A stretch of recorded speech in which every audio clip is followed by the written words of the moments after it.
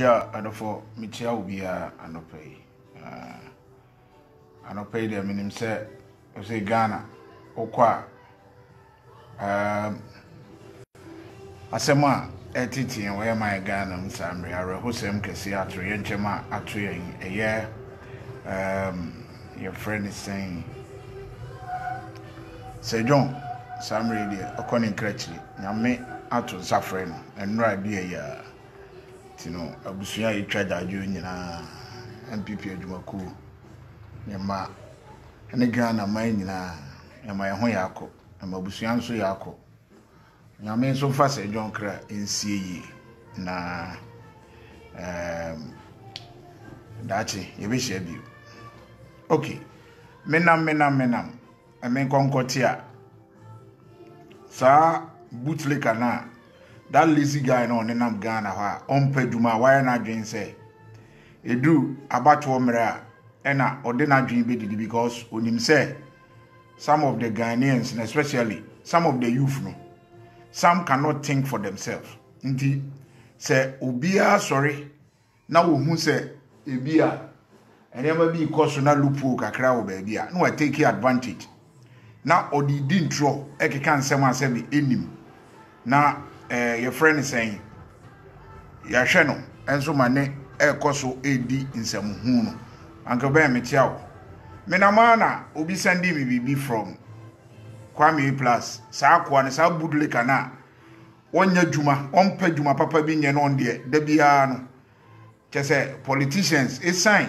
your politicians obi be kan greediness ne ne ma bi ewo bi no muntino and what take advantage and wodi Jimmy Ogana hona or di nsem hu a obia mpese o ka kire no yan de be kan because yan nyina ne pegana kanko enti no se ne ma bi ho na youth no ebi nimu a me mafatu me so obia ntua meka me I have not gained anything in politics obia nim se me pe bibi o politics and come to Ghana yes I Jimmy sem na ho ye no and I will be better than him but me feel say brabo no nye no ano no politics no sabi ye say ye de ye man yi I will not pretend say me good na ochina bi no me mfa nye emyenji sabi sika mfa ngu me botomu mfa nye yi eno kura ye no me enti no Ghana for am wo ho me kan we e de akyerem da bia me to youth ne for say wo ye youth na wo Ghana e ma obi emfa na dwen emebitiu emedada if you say somebody like Kwame Plus no wonye obi awo ena nyansa bia nso nhyeda ni nitrim but we take advantage and one who say youth ni bi no abegina and politicians we akonfo na mudi nachi meanwhile politicians now so me akonfo no I'm telling you today on authority these same politicians omo na feedi no enye omo anka onye obi a oni adwuma bia is not innovative, is not creative. Mumbisa say adwuma pa ben no ye oni adwuma bia na onim say oba na obetwa ntro bi kire mu a na musuma je adi na moko odi ade bi akwakoto ne wo say Kutoka international airport ye ton oh sane ma ne mi hu a na ehye mabufu efi say oman Ghana no ye nyina ye pa oman ni yi enti sabi obi wo ho na se wo de ntro and or say enu no di bedidi a we have to expose that person. We can't allow that thing to go on. Oman Ghana ye nyina oman ne ye dia baby no why oman say some of the Ghana for youth ni bebre no they can't think for themselves. Etwatiwa no so bi be kan bibi kire na oh mami nkodi akiri na odi nachi meanwhile o yusu wo and odi ayeye o yusu wo brain politician na o be kire o say we are corrupt we are konfo no ono omo anenam omo de money sika ehye ne ho in fact omo ene boa no bibia obeye what I say omo ne boa no ansa no wetimi akonim obi a wo ye youth oti ho wa wetimi trance wo ye wadwuma you are very innovative obi anka say don't hold politicians accountable, hold them accountable, but one kasa use wadwin and a use brain. Don't sit down for somebody this bootlicker this opportunist Kwame Plus oni hwe sanya you a politicians here that room he is nobody. Why you to who there e bia na wote ho ball bra politician bia mo awda onu he has benefited from politics and is still benefiting from politicians me am tell me kasa da bia aban no bibi ba mbekasa but me benefit even one city crowd bi and a politician bi e dey amameda but me person mining koso enti no da bia bibi wo ha me hu a na ma ba be kan wasem ye ho no akofa letter bi me kan letter na kirem me wi a me post letter no e wo me Facebook wo go and read it now in caption the man letter a free office of the president and also I request for executive approval to facilitate the engagement of a strategic partner and Ghana Airports Company Limited to improve the service delivery and expand infrastructure at Kotoka International Airport. Mamin can letter no. Or say I refer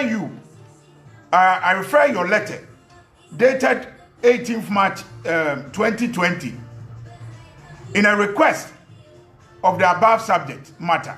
The President has granted executive approval for the Ministry of Aviation to facilitate engagement of TAV Suma Consortium as strategic partners to the Accra Airport Company Limited for the improvement of service delivery and expansion infrastructure of Kotoka International. I shall be grateful if you could take requisite action on paragraph 2 of the above. Asem way ya try no. Let me we pursue me wo. It's not anything a Chess Airport here babeton. I will call a way at one. I don't know why government we can take him on. We have to take him on because Holland it is so we didn't try. And as Abanya Bibi now didn't try.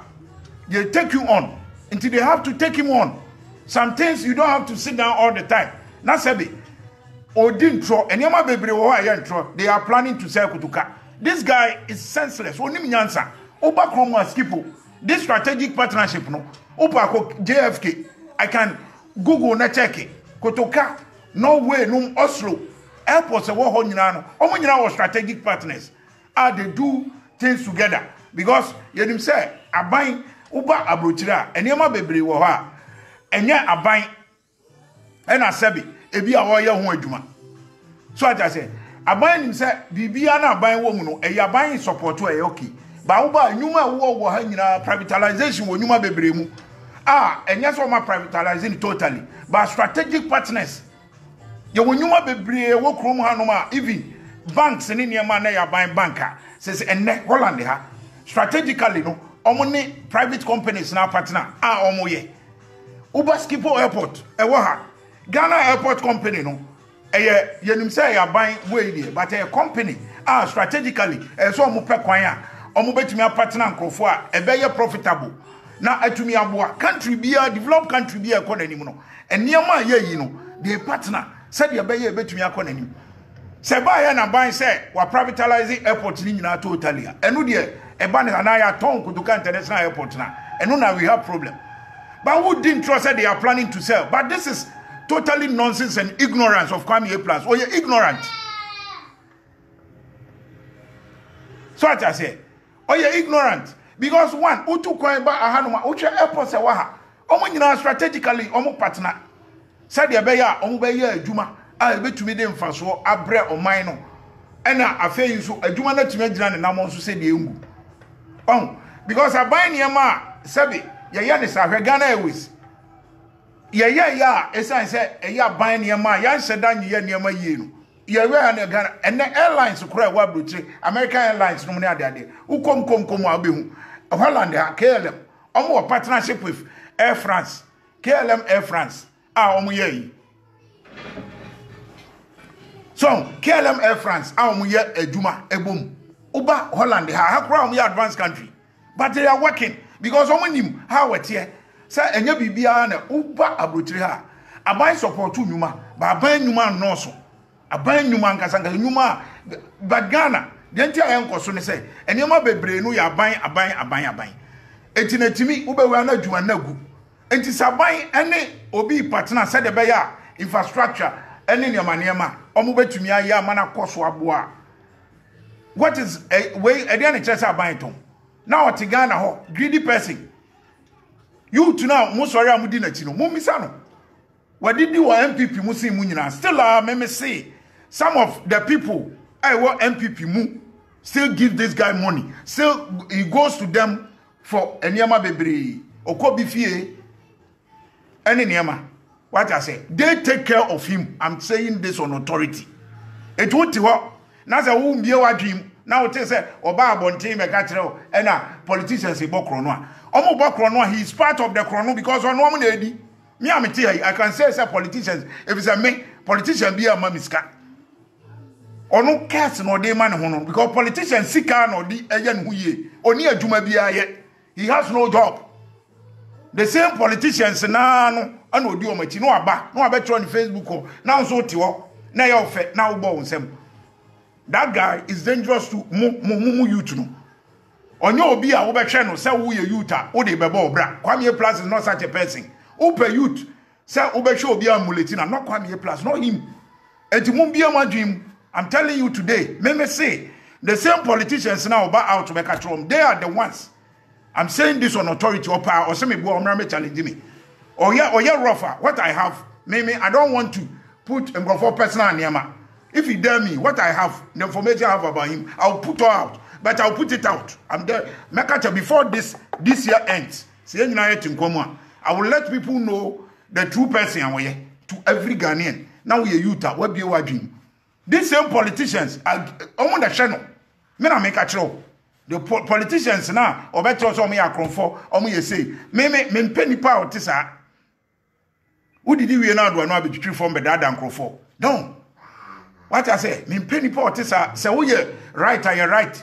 But in behind the scenes, you work with these people, you dine with them, they give you money. Any nyama, they give you money. Who took wine or a bit to be mouska. Ebi ma usika enyina twa ticket edi tukwan ba brochire ebi do da hotel. We know everything. Me am te Holland hey. Whatever. Tama MPP ewo ya ma post. Abronya be kan na so obo. Habo na woni nkrofo ne ma ba habo a. Woni nkrofo no makoye o we de enim we yenim pani bi ni akoyi ne ma no kra criminal ese e chew. Minim senti awo ho. Tax ahe ene watua ma o man Ghana. Ah sorry an tro na wo de sabi uko pesika o ba bi ni wan nyape so wo betwa ntro say the beya e be frɛ na I say you cool down bisa ne say asem ben no de aba outer waka ho asem awieda da bia o de asem ne ba that is the strategy he used or the asem ba to say we o de ato oh aban Cotton Airport na pani bi afrɛ no na de na kɔhye ba bi ni apɛ bibia ma no na wo ye yuta isa so ba dwen ho ene wa bra bo ne say de bɛboa wo no udi na chi na wo didi mpanifo atem masa who did he attempt kwa? Oh, they know me about him. Don't follow that guy and insult Mpenifo. The same Mpenifo no. Oni woman and me na make catch me kofi na make catch. The same Mpenifo no oni woman and they feed him, they do him everything. Everything or the same Mpenifo no. The same Mpenifo no oni woman and Mudia munim etwoti ha na yo kwame hwe wan ka cho se odwen wo youth no mu youth no mu bia madwen so ata se John a wa free mo e me ya se John ni honti wo de menka mumisa no say how many times na say John wan hwe ne da say John a wa free mu mumisa no okọ ni fie okọ say John fie say John onye nipa bonefo o a very good man what I say upon ni niam o ye nyina no okọ say John na say John e hwe no say John a wa free mu nei mumisa no how many times Uncle said John Fee? I know everything about it. How many times Uncle said John Fee? Said John what free me? Said John, how many times before said John ebe free money and there? How many times Uncle Fee? John boy do this Samia Ukunum. Mumisa omo. So oni omo ya na for some we know a lot, but me person abu bonko for din wa. Because I'm not here for that. I'm not here for that. Moti wa we youth umbie wa dream.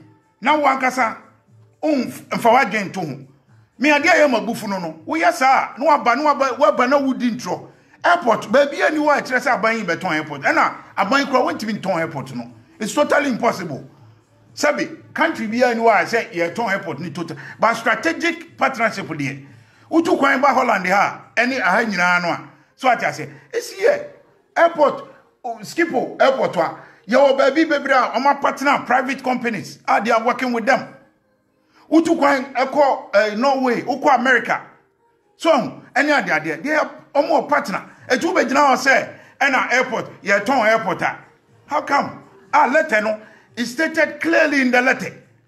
But we are saying, man, me, there be also me can say, MPP penifo na so. They are my problem. I don't know. Idea or no more. Because somebody on per party in here, ubetimi na your friends, but and so. What I say, and so because party no on pemu here. Why you people still wasting your time on him? Why are you still wasting your time on him? Huh? Who wasting your time on it so? But the same person, what I say, money we are, you call him Mape Bibiamano. The same person when you say no, you shouldn't continue on that way. Jano no one kasa. Said they may mete ha me hosui. Said they obi ati baby or hoso. Na Ghana no ye pay nyina pe Ghana yi. The Ghana for be decide no. But me can we atremu youth na. Sabi mu nim niam bi. Mote wa na so obi free baby a. So I just say now I hear eyi. No Eugene. Me ha ho kra ma this time around no me tolerate obi akra. Eugene ha ho. Akwa no oye fake account kra ma block no kra. Me worry Eugene. Me worry kra. So I just say, enu ti Ghana youth no mun bia madwimo obi sorry na obeka bibi kire wa hwe me for example ba kontel politics wo ho no amafo ye strategical omo de sa niam no ebiti Ghana for it's about time Ghana for mumia rise up ni MBA ya dream na yan wish something good for Ghana. What I say, we have to wish something good for Ghana. We have to wish something good for my Ghana.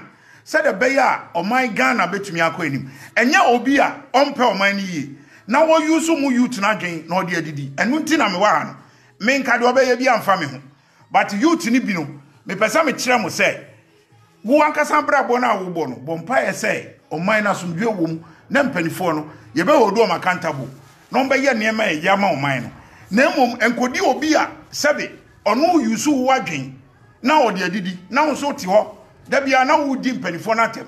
Ebia na mpanifo ni so nya bibia ye wrong. Te say airport in sema okay.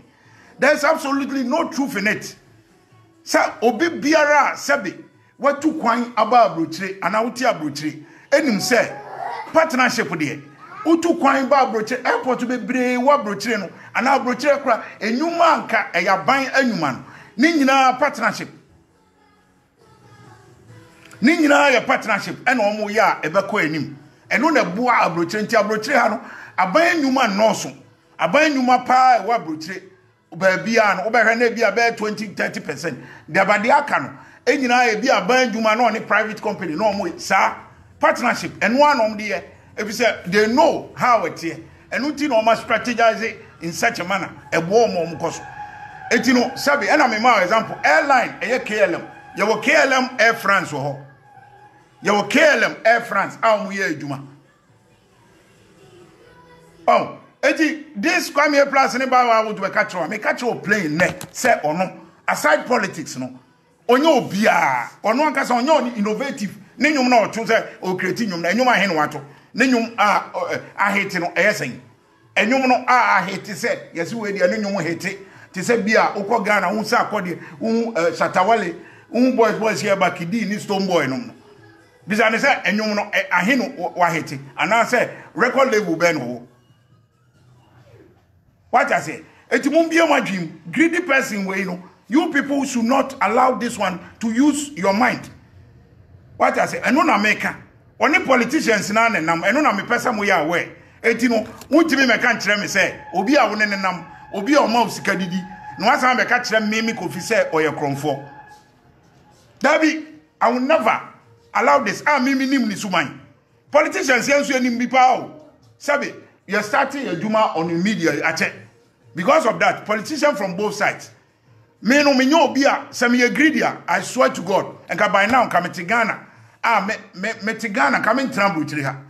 But me, my imagine say, Sabi, me nkoya ade a Sabi bia enemy. Se nyame mre no say, ade we metumi aye meye ni ya. Me nkoya se Sabi me beto nipa dwen na me de akopesika bum. Ewi ase ade kwan. Ene se don.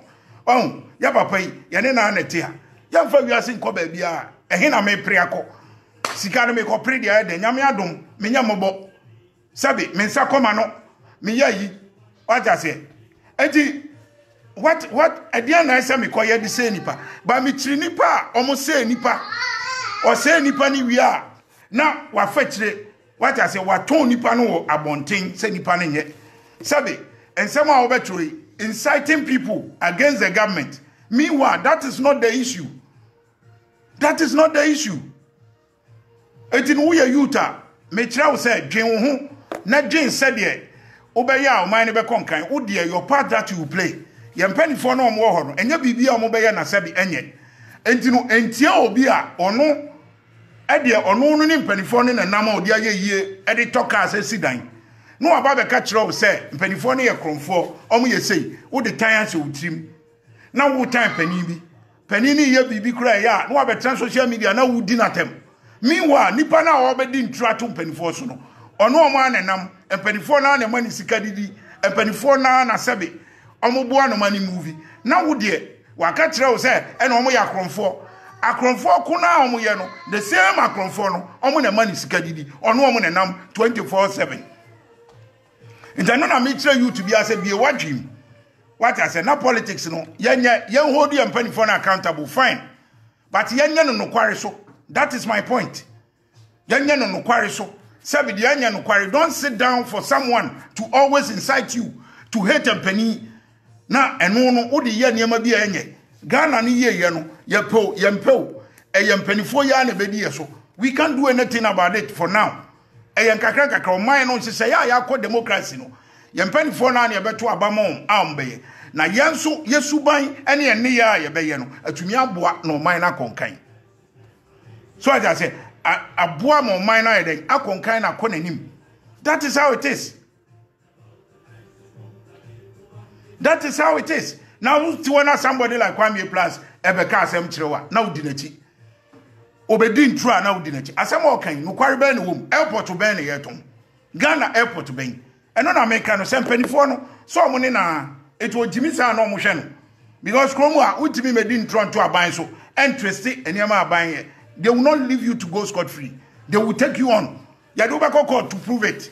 But Ghana de a year, then 24 years, Uncle Pachaman. Some kind, maybe a term. Tama Esla money and the other court. MPP 24 years, no more pacho, oh, we near Chasem. So. And some of my 70 court to the end to say, Kokuba Kone can be a cosian. And your court near finding a crown as a year. None of your channel, no beer who But all the time, Moya seminar. Namayena muchaso, Muya Namayena muchaso. Dabi, we can't allow this thing to go on. O mino, Yabetiama, Yesaya, Onipakuno Baya Ama, or the Oyene Ato mining. Now we are no Waka Sebe be cool, no enjoy. It will be a dream, Kakramekan, Entimisram, Kotoka International Airport, Yan Ton in Anton China. Kwame Plus, your true for, or you greedy, or you bootlicker. Mamu Obia Fana Jeans so. Sabi, letter now man penny from office of the president, you know. Ewa hanum. Mi we are me pursue me wo. Obia nkokwo letter no no kan bi. No hu de wom. Na no kware wom no wanka sa kan asa wo to brofo. Partnership de ewiase afa na nyina mo ye partnership. Eno asa Ghana. How are you be negotiating no ne hia? Said e be ya enkoya say a bibenya advantage than someone and no de men support it. Na mum see a partnership airport any idea meti abrochire ha mahu bi a omo ya aircoso. And you know, yeah, allow such a stupid person. No, I don't have to insult him. Such a greedy person. Say Obabe. That is what I'm talking about. What I say. Now young koya nim asomai. Na nya Kwame Plus. Kwame Plus there. What I say. Onye obi. What I say, onye obi a sebe onu na be ma wo youth no why wadwen say ena wodi be decide if say onu me ka kire mo nne me say obeka asem bi kire wa sini hu empanifo a ewo Ghana no oni omo anenam 24/7 omo anehwe no omo in fact sika bi obenya no onya firi omo. I'm telling you this. Oni adwuma papa bi adwuma kra obeye no ye true empanifo ya politicians now so we are corrupt no ono omoa na nam oni omoa na nam politicians also we are akromfo no ono omoa me pese me kire wo sa eti bie wadwim ye bie wadwim ye no be yusu mo na o yusu mo e na o de be ya yi mo a youth na mo bie madwim na mo de mo temi da sabra na mo di atiri no obe yusu mo de ayeye obe yusu mo e de ayeye ba ja se o de mo be ye na your friend is saying ono okọ eti no me bie madwim na me sra mo